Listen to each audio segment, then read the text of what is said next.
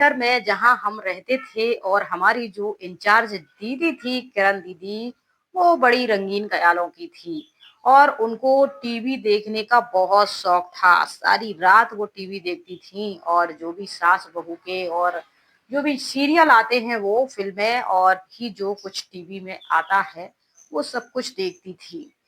नमस्कार दोस्तों, मैं हूँ तुलसी और मैं दीदी के बारे में ही नहीं बोलती हवा में।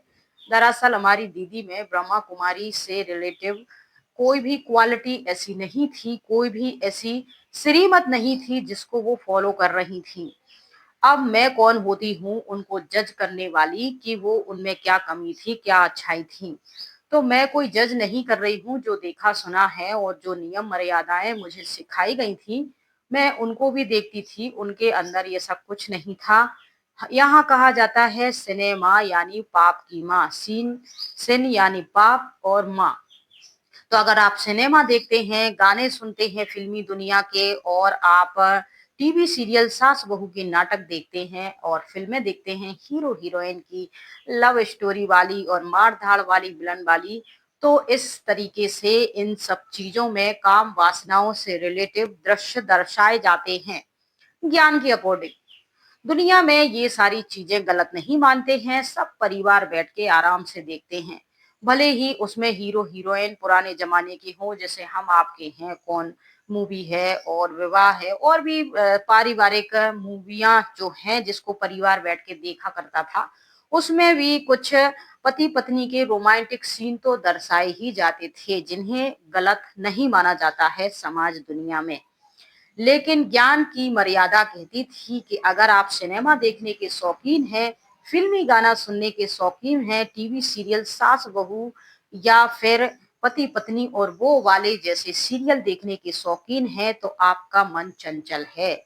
आप कहीं ना कहीं दुनिया से अटैच्ड हैं और आप के मन में ये पाप है, तो कैसे आपका ज्ञान योग में मन लगेगा। तो हमारी दीदी में भी कुछ ऐसे ही अभी भी होंगे टीवी के लिए। तो ये टीवी आती है सेंटर में, टीवी कैसे आई आपको इस बारे में बता देते हैं।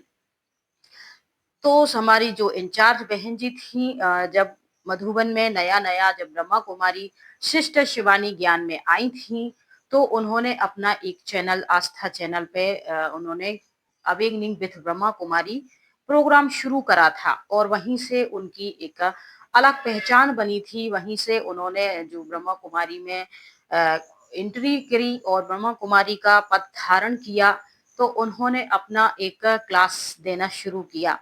उनको सभी तरीके की उन्होंने ज्ञान स्टडी किए, ब्रह्मा कुमारी इसका ज्ञान भी उठाया, दुनिया का, वेद शास्त्रों का और स्पिरिचुअल के साथ साथ साइंटिफिक सभी तरह की स्टडी करने के बाद लोग जैसे क्वेश्चन उनसे करते थे वो उसी टाइप में उन्हें जवाब देती हैं और आज वो हम सभी के सामने सिस्टर शिवानी मोटिवेटर स्पीकर के रूप में जानी जाती हैं।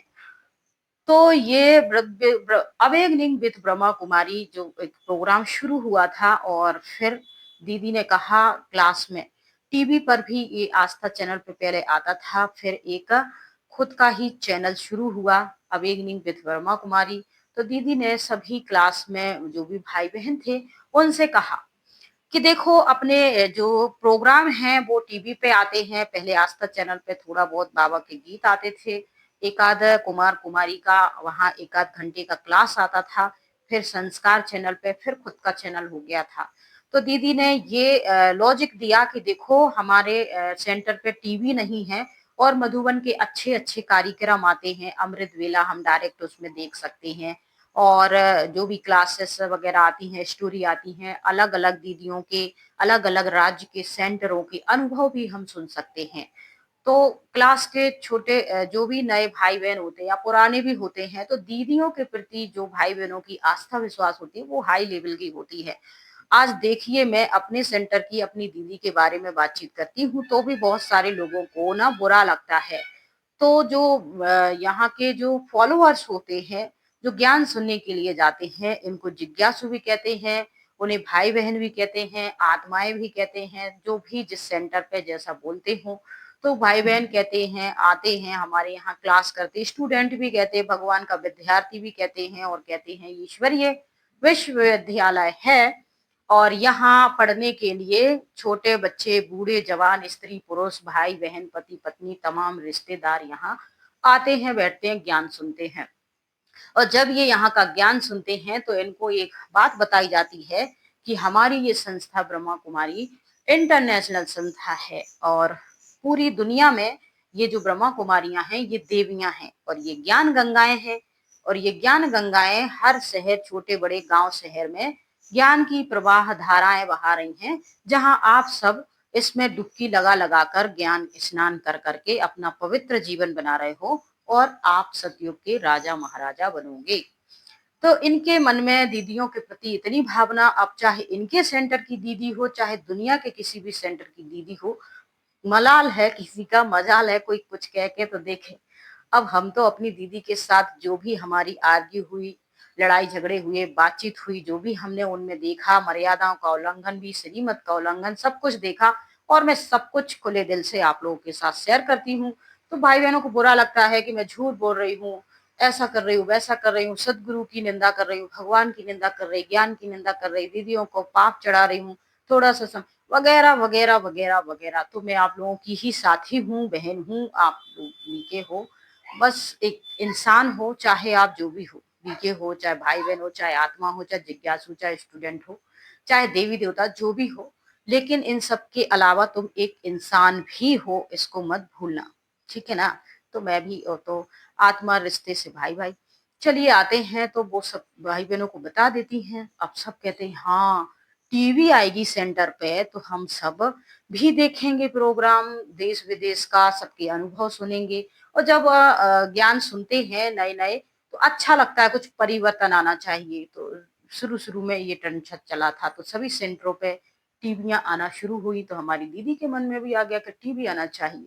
इस तरीके से वहां के भाई बहनों ने टीवी के लिए अपना दान, योगदान, योगदान, दान अकेला अच्छा नहीं लगता, योगदान योगदान देना शुरू किया। योग यानी भगवान से आप जुड़े हो और आप अपना सफल कर रहे हो, दान दे रहे हो और वो लोग उसका गलत उपयोग कर रहे हैं, इससे बहुत से भाई बहनों को बुरा लग जाता। तो योगदान ठीक है कि आप योग आपका भगवान से है और आप यहाँ सहयोग कर रहे हो या फिर आप सफल कर रहे हो।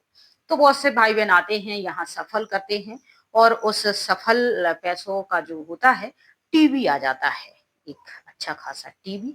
और ये टीवी एलईडी टीवी होता है। 2014-15 में ये टीवियां आने लग जाती हैं, उससे पहले भी आती थी। तो ये टीवी आ जाता है, सेट हो जाता है। अब ये टीवी अकेला तो ऐसे चलेगा नहीं। अब टीवी सेंटर पे आएगा तो देखिए बिजली का बिल भी बढ़ेगा और फिर इसमें डिक्स लगवानी पड़ेगी और फिर डिक्स का हर महीने का पैसा भी आपको देना पड़ेगा। फिर उसके अलावा अगर आपको एक्स्ट्रा चैनल चलवाने हैं तो उसके पैसे भी आपको देने पड़ेंगे। तो ये सारा भार भी कहाँ जाने वाला है, योगदान करियो कर्मों के प्रति जो योगदान बनते हैं, जो यहाँ सफल करते हैं, उन पे ये वो जाने वाला है। अब माताएं भाई बहन जो होते हैं घर में, देखिए आज महंगाई है, ज्यादा पैसा मिलता है, उतना जूझता नहीं है घर के लिए। पहले कम मिलता था, सस्ताई थी। अभी बहुत जल्दी जल्दी महंगाई बढ़ गई है। तो अब टीवी आ जाता है। अब डिक्स लगनी है तो मोहल्ले के भाई को जाते हैं, टोली खिलाते हैं, राखी बांधते हैं, ज्ञान सुनाते हैं, अच्छी अच्छी बातें करते हैं और कहते भैया टीवी लगवाई है, संस्था का प्रोग्राम चलता है, भाई बहनों की मदद हो जाती है। वो उसमें कुछ मेडिटेशन देख लेते हैं और मधुबन का प्रोग्राम वगैरह देख लेते हैं। सब तो मधुबन जाते नहीं है, जा नहीं पाते, बहुत दूर है, खर्चा पत्ता होता है। तो आपका इतना सहयोग हो जाएगा तो कुछ आपका भी भाग बन जाएगा, भगवान आप पे बरकत करेगा, दया करेगा। तो वो भी भाई कहता चलो 100, 200, 500 रुपए हम लेते हैं दुनिया से, अगर 50 लोगों से लेते, एक से नहीं लेंगे तो कोई बात नहीं, कोई बात नहीं दीदी डिक्स लगा देंगे। तो वो आता है बेचारा, डिक्स लगा देता है। अब इनके चैनल शुरू हो जाते हैं। अब भाई बहनों की क्लास सुबह सुबह चलती है। अब क्लास का भी हमारे सेंटर में कोई सिस्टम नहीं था।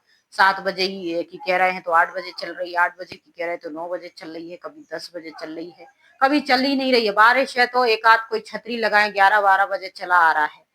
तो ये सारा उधर का ये हालत है। अभी भी हो सकती है क्योंकि आसपास तो सेंटर के कोई दिखाई देता नहीं जब कभी भी हम वहां से गुजरते हैं। खैर, तो टीवी लग जाती है। अब उसके बाद फिर कोई बॉक्स लगना था, डिक्स टीवी का, तो वो 1300-1400 रुपए में लगना था।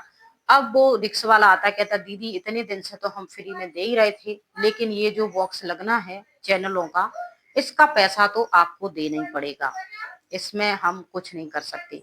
तो फिर ये 1400-1500 का वो एक छोटा सा बॉक्स लगना था डिश टीवी को मैनेज करने का, 1400-1500 रुपए का वो बॉक्स लगा। अब चलते हैं प्रोग्राम। तो एक आध घंटा कभी गलती से देख लिया कोई प्रोग्राम। अब चल रहे हैं यहाँ सास बहू के सीरियल, पति पत्नी और वो फिल्म, और सब कुछ चल रहा है।